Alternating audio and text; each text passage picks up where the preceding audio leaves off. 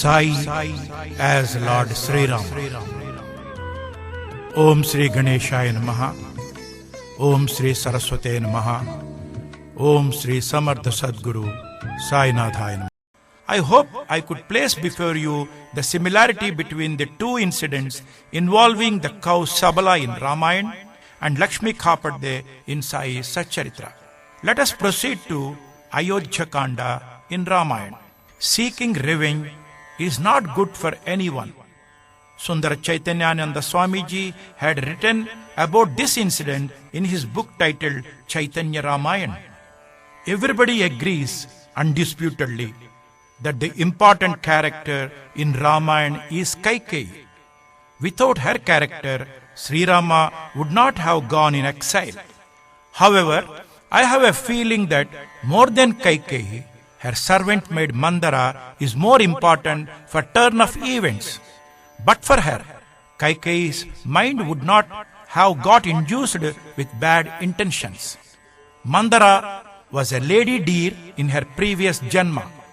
She had a daughter and son-in-law. One day, the couple were happily going round in the forest. Kaikeyi Maharaj was on a hunting spree. He killed the male deer with arrow and took the dead deer away.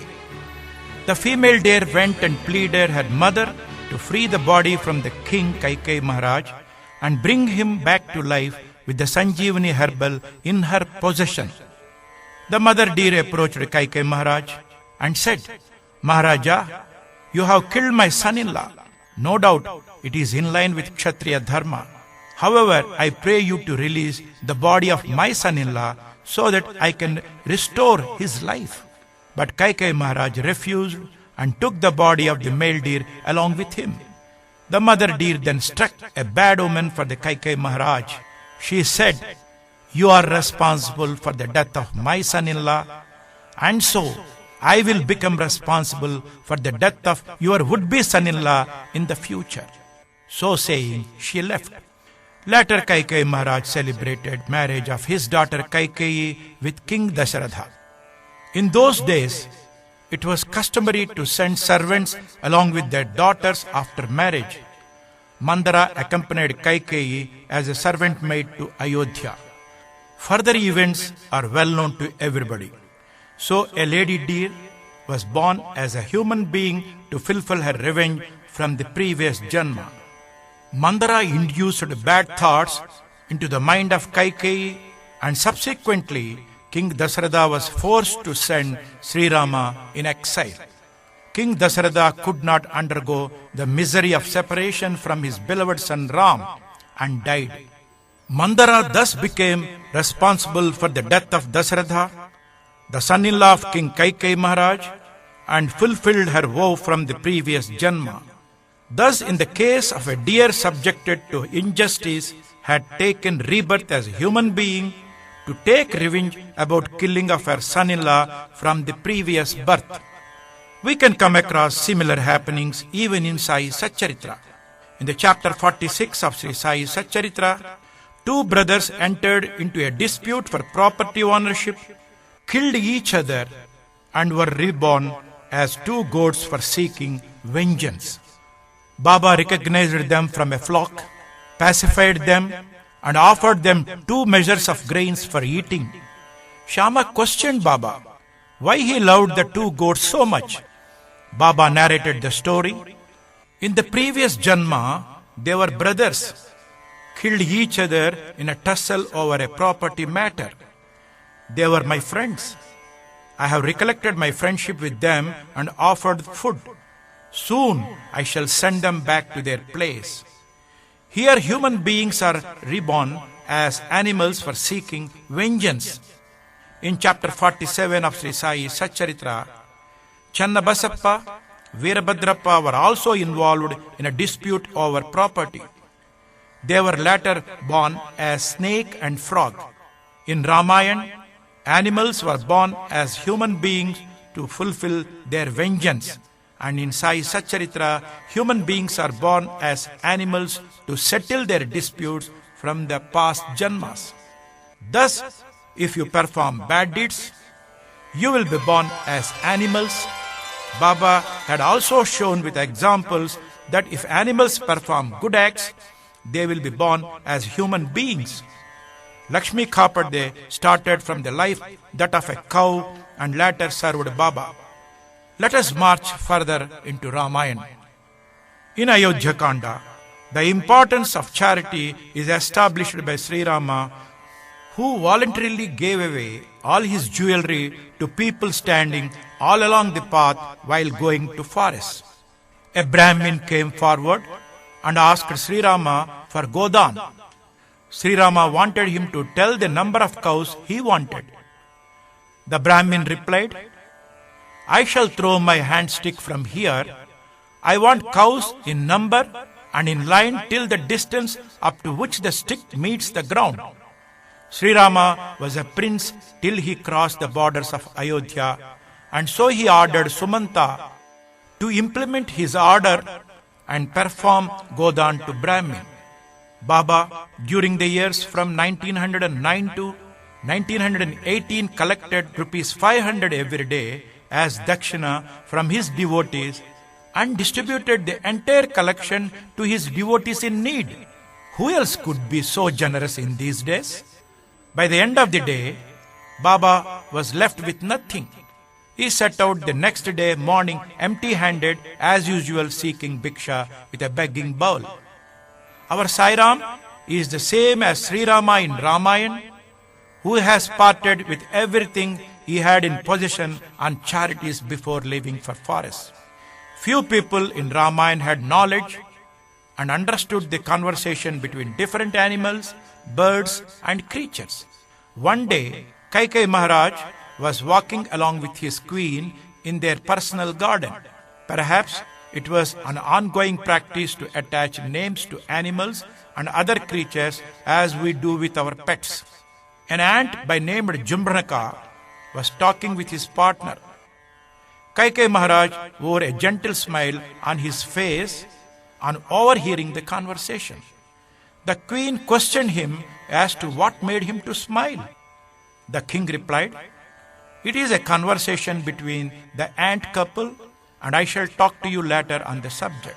We can thus understand that there existed a means of communication even for insects and animals as per the above mentioned contents of Ramayana.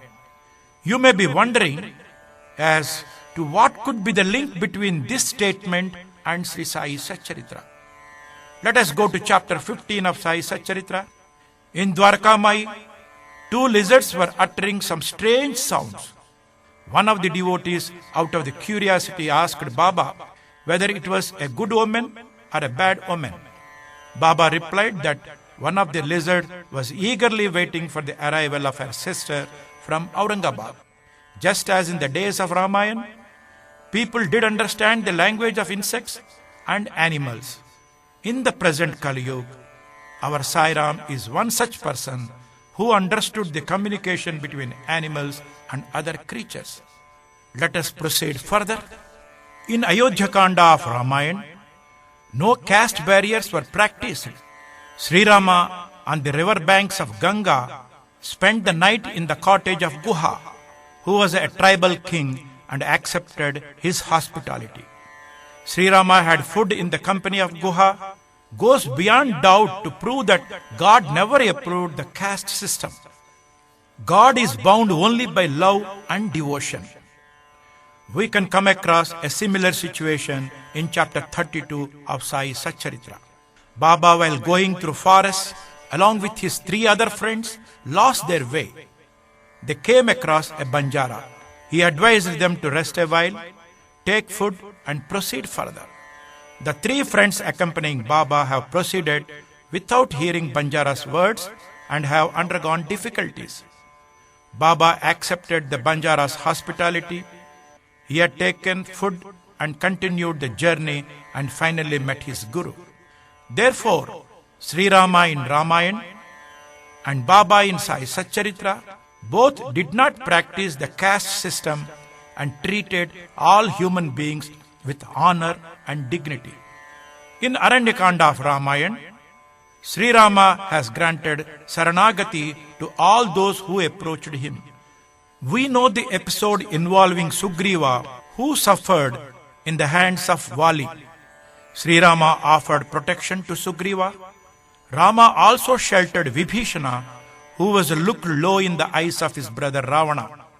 Sri Rama upheld the values of Kshatriya Dharma by offering protection to Vibhishana, even though he hailed from the enemy's camp.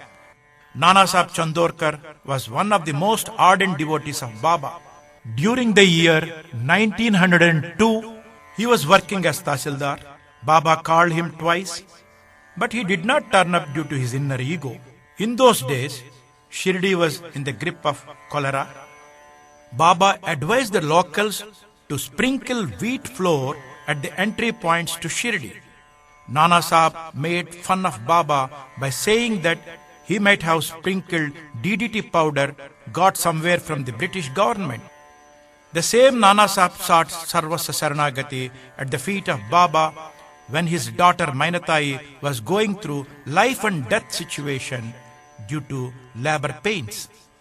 Doctor was not available within the reach. He pleaded Baba to save his daughter from the danger. Mainatai prayed to Baba as she had no other option. Baba summoned Bapugir Buva to Dwarka Mai and ordered him to go to Jamner and deliver the Udi by hand. Baba thus rescued his devotee, praying for mercy. Baba also upheld the values of Kshatriya Dharma in spite of Nana's background. Let us go into the details of the incident. Baba had enacted the role of Tanga and the Tangawala.